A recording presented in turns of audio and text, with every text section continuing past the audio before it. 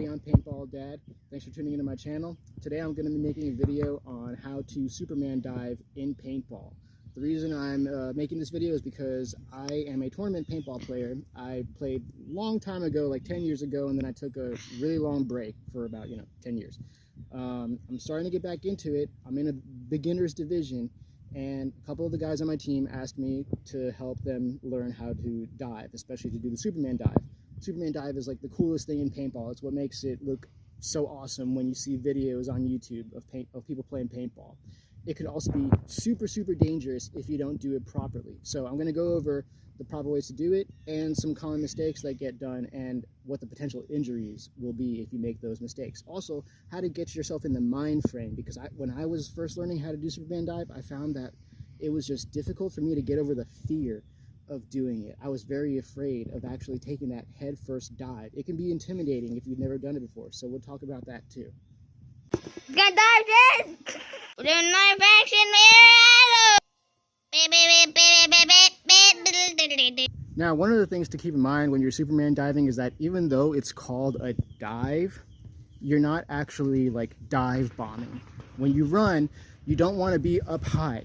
You want to be down low and basically fall into your dive, quote unquote dive. More like a slide, actually. Almost kind of like the same mechanics of a knee slide or an elbow and knee slide. You're not coming all the way from up high. If you do come up high, you're gonna hurt yourself when you come down. I've done that a bunch of times where I'm running tall, and then when I dive down, I knock the wind out of myself. Or I come down on my arm too hard, and then it almost feels like I put my arm out of my socket. Some players actually have done that before. So that's why when you're watching me, stay low, just like how I stay low. Get used to that. Then build up. Right now I'm doing without my gun and without my harness, but you want to build up to that point where you get comfortable doing it with the gun and harness as well.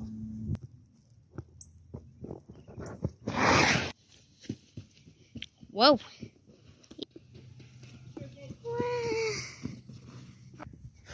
Now, another thing I want to mention about running low versus tall is that you might find that you can run faster if you run tall.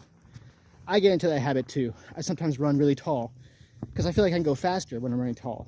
And you probably could, but in paintball, if you're low enough, you'll be fine. I've seen videos where like Division 1, even pro guys, it doesn't look like they're moving very fast down the field off the break, but they're low. They're super low.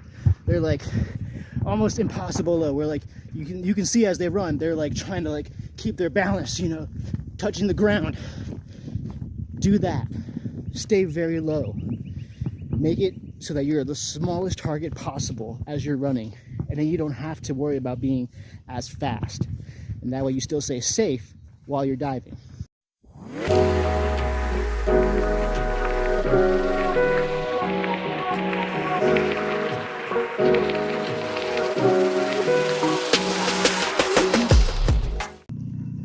Now, one of the things that I forgot to mention about Superman diving is that you definitely want to do this with padding on, forearm protectors and knee pads. It doesn't really matter what kind of knee pads. Honestly, I use volleyball knee pads. They're cheap, they're rugged, they last a long time. I've had the same volleyball knee pads for over 10 years now that I've been using to play paintball. Your forearm protectors are going to take the most beating, so use whatever forearm protectors you think are best. I've had a couple of different brands that I've used, and honestly, it is tough to keep them for more than just a few years without them breaking from all the wear and the tear, usually just like shredding at the seams. So that's the thing to watch out for. Find a pair that doesn't have as much like exposed seams. Now, some of the most common mistakes are from honestly just your mentality, being too scared to go balls to the wall, stretching your arms out, keeping them stiff in front of you.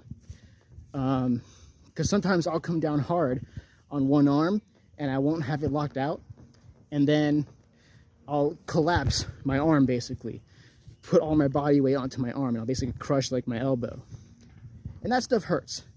If you injure yourself even one time on these Superman dives, you might be out for the rest of the day. I've had dives where I was not paying attention to what I was doing, and I didn't want to play for the rest of the day. It hurt that bad. I was limping afterwards. So keep in mind, you have to be present in your mind frame when you're doing this. Don't let adrenaline take over you.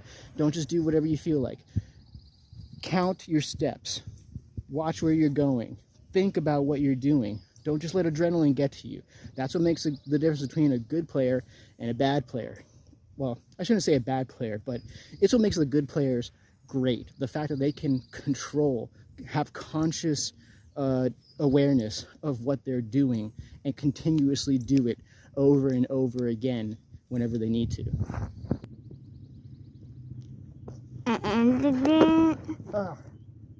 Ooh. Now the next thing I want to go over is a bonus little tip, a quick way to get territory after you've done your Superman dive. Basically, you're going to power glide down the field along the grass. And what you got to do, and this is why it's important to have padding, is you're going to basically strong arm your gun hand into the ground and then do a mountain climber motion with your feet to propel yourself forward. Here's what it looks like full motion. And I did it!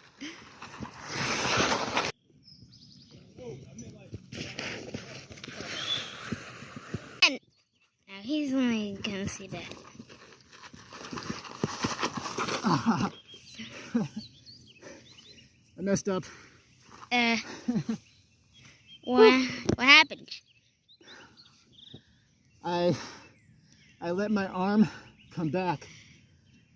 And so as I was pushing my body forward, I'm pulling my arm this way and overextending it. And that really hurt. Okay. So that's a good lesson to know, folks.